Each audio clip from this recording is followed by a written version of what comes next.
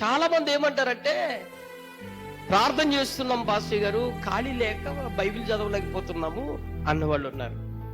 నేనేమంటానంటే, నీ జీవితంలో ప్రార్థన పరిశుద్ధ గ్రంథం చదివే అంత నీకు టైం లేకపోతే, బిజీ అయిపోతే, నీ అంత భ్రష్టుడు ఇంకొకటి భూమి మీద ఉండడు. గుర్తుపెట్టుకో, నీ అంత భ్రష్టురాలు ఇంకా భూమి మీద ఎవరు ఉండరు. పరిశుద్ధ గ్రంథము చదివే అంత టైము, ప్రార్థన చేసే అంత టైము నీకు గాని నీ జీవితంలో, నీ బ్రతుకులో లేకపోతే, నీ అంత భ్రష్టత్వమైన బ్రతుకు ఇంకెవ్వరికి ఉండదు. అది మామూలు బ్రతుకు కాదు, భ్రష్టత్వమైన బ్రతుకు. అన్నిటికీ సమయం ఇస్తావు.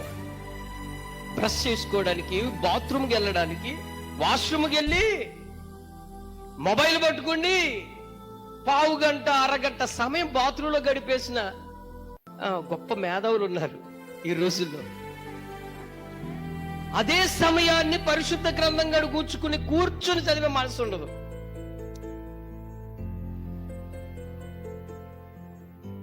ఏం తిండి తిందామా అనే దాని మీద తృష్ణ ఉన్న వాళ్ళు ఉన్నారు. కానీ ఈ రోజు పరిశుద్ధ గ్రంథం ఏ పుస్తకం చదువుదాం, ఆ పుస్తకాన్ని ఎంతవరకు చదువుదాం, కంప్లీట్ చేద్దామా లేదా అనే మనసు ఉండదు.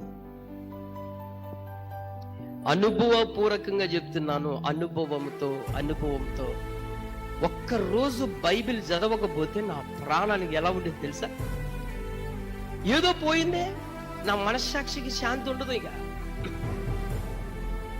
నా పిల్లరా, పరిశుద్ధ గ్రంథం చదవండి. దేవుని మాటలు నువ్వు ప్రతి ఉదయాన్నే పరిశుద్ధ గ్రంథం మాటలు వింటే నువ్వు కొత్తగా కనపడతావు. జనానికి, ప్రజలకు కొత్తగా కనబడతావు.